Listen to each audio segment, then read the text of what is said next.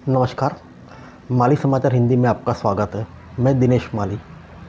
आज हम वो महिला के बारे में जानने वाले हैं जिन्होंने खोला था लड़कियों के लिए पहला स्कूल। स्त्री शिक्षा जिस दौर में निषिद्ध थी, तब एक महिला ने लड़कियों को पढ़ाने का जोखिम लिया। उन्होंने देश का पहला बालिका विद्यालय 1 जनवरी 1848 में खोला, जिनका नाम है सावित्रीबाई ज्योतिराव फुले। आधुनिक भारतीय पुनर्जागरण का केंद्र रहा है महाराष्ट्र। महाराष्ट्र के पुनर्जागरण ने हिंदू धर्म, सामाजिक व्यवस्था और परंपराओं को चुनौती दी, वर्ण जाति व्यवस्था को तोड़ने और महिलाओं पर पुरुषों के वर्चस्व को खत्म करने के लिए संघर्ष किया।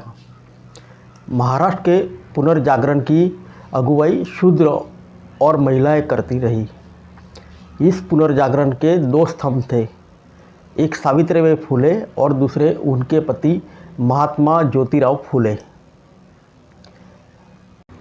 भारत की समाज व्यवस्था और परंपरा में शूद्रों, अतिशूद्रों और महिलाओं के लिए तय स्थान को आधुनिक भारत में पहली बार जिस महिला ने संगठित रूप से चुनौती दी, उनका नाम है सावित्रीबाई फुले।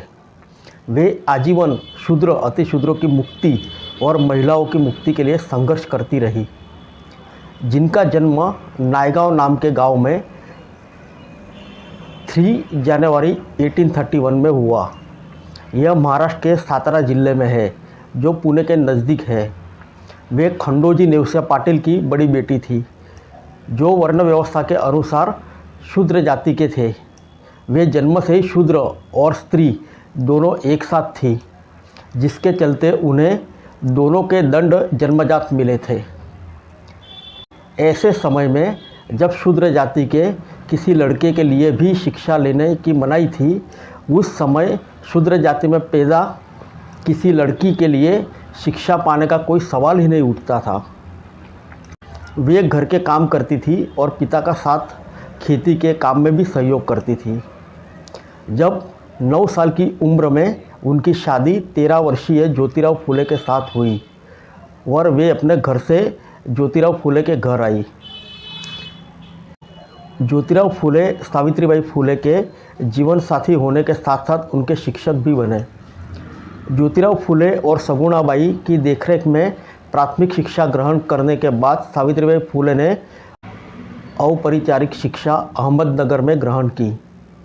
उनके बाद उन्होंने पुणे के अध्यापक प्रशिक्षण संस्थान से प्रशिक्षण लिया। इस प्रशिक्षण स्कूल में उनके साथ फातिमा शेख ने भी अध्यापन का प्रशिक्षण लिया। यहीं से उनकी गहरी मित्रता कायम हुई। फातिमा शेख उस्मान शेख की बहन थी, जो ज्योतिराव फुले के घनिष्ठ मित्र थे और सहयोगी भी थे। बाद में इन दोनों ने एक साथ ही अध्यापन का कार्य भी किया। फुले ने 1 जनवरी 1848 को लड़कियों के लिए पहला स्कूल पुणे में खोला। जब 15 मई 1848 को पुणे के भिड़ेवाड़ा में ज्योतिराव फुले ने स्कूल खोला, तो वहाँ सावित्रीबाई फुले मुख्य अध्यापिका बनी। इस स्कूलों के दरवाजे सभी जातियों के लिए खुले थे। ज्योतिराव फुले और सावित्रीबाई फुले द्वारा लड़कियों की शिक्षा के लिए खोले जा रहे स्कूलों की संख्या बढ़ती जा रही थी। इसकी संख्या 4 वर्षों में 18 तक पहुंच गई। फुले दाम्पत्य के ये कदम सीधे ब्राह्मणवाद को चुनौती थी। इससे उनके एकाधिकार को चुनौती मिल रही थी, जो समाज पर उनके वर्चस्व को तोड़ रहा था। पुरोहितों ने ज्योतिराव फुले के पिता गोविंदराव पर कड़ा दबाव बनाया। गोविंदराव पुरोहितों और समाज के सामने कमज़ोर पड़ गए।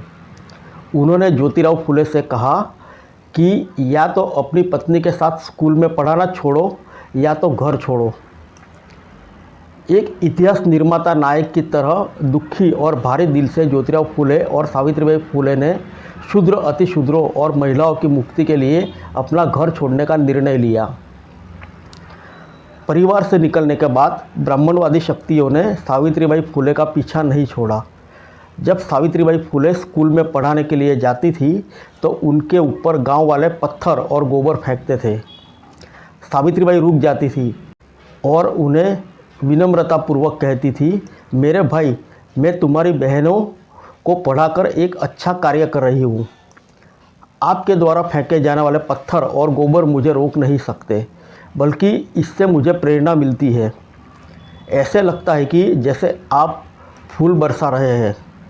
मैं दृढ़ निश्चय के साथ अपनी बहनों की सेवा करती रहूँगी। मैं प्रार्थना करूँगी कि भगवान आपको बरकत दे। गोबर से सावित्रीबाई फुले की साड़ी गंदी हो जाती थी। इस स्थिति से निपटने के लिए वह अपने पास एक साड़ी और रखती थी। स्कूल में जाकर साड़ी बदल लेती थी। शिक्षा के साथ ही फुले दंपति ने समाज की अन्य समस्याओं की ओर ध्यान देना शुरू किया। सबसे बदतर हालत विधवाओं की थी। अक्सर गर्भवती होने पर ये विधवाएं या तो आत्महत्या कर लेती थी या जिस बच्चे को जन्म देती थी उसे फेंक देती थी। 1863 में फुले दंपति ने बाल हत्या प्रतिबंधक गृह शुरू किया। कोई भी विधवा आकर यहाँ अपने बच्चे को जन्म दे सकती थी। उसका नाम गुप्त रखा जाता था। इस बाल हत्या प्रतिबंधक गृह का पोस्टर जगह जगह लगाया गया। इन पोस्टर पर लिखा था कि विधवाओं, यहाँ अनाम रहकर बिना किसी बाधा के अपना बच्चा पैदा कीजिए। अपना बच्चा साथ ले जाए या यहीं रखें, यह आपकी मर्जी पर निर्भर होगा। सावित्रीबाई फुले बाल हत्या प्रतिबंधक गृह में आने वाली महिलाओं और पैदा होने वाले बच्चों की देखरेख खुद करती थी। इस तरह एक ब्राह्मणवादी विधवा काशीबाई के बच्चे को फुले दंपति ने अपने बच्चों की तरह पाला, जिसका नाम यशवंत था। सामाजिक परिवर्तन के लिए ज्योतिराव फुले ने 1873 में सत्यशोधक समाज की स्थापना की। उनकी मृत्यु के बाद सत्यशोधक समाज की बागडोर सावित्रीबाई फुले के हाथों में सौंपी गई। 1891 से लेकर 1897 तक उन्होंने इसका नेतृत्व किया। सत्यशोधक विवाह पद्धति को भी अमली जामा पहनाने में उनकी महत्वपूर्ण भूमिका थी। सावित्रीबाई फुले आधुनिक मराठी की महत्वपूर्ण कवयित्री भी थी। उनका पहला काव्य संकलन 1854 में काव्य फुले के रूप में प्रकाशित हुआ, जब उनकी उम्र सिर्फ 23 वर्ष की थी। 1892 में उनकी कविताओं को दूसरा संग्रह 52 काशी सुबोध रत्नाकार प्रकाशित हुआ। यह 52 कविताओं का संग्रह है। इसे उन्होंने ज्योतिराव फुले की याद में लिखा है और उन्हीं को समर्पित किया है। सावित्रीबाई फुले के भाषण भी 1892 में प्रकाशित हुए। इनके अतिरिक्त उनके द्वारा लिखे पत्र भी अत्यंत महत्वपूर्ण है।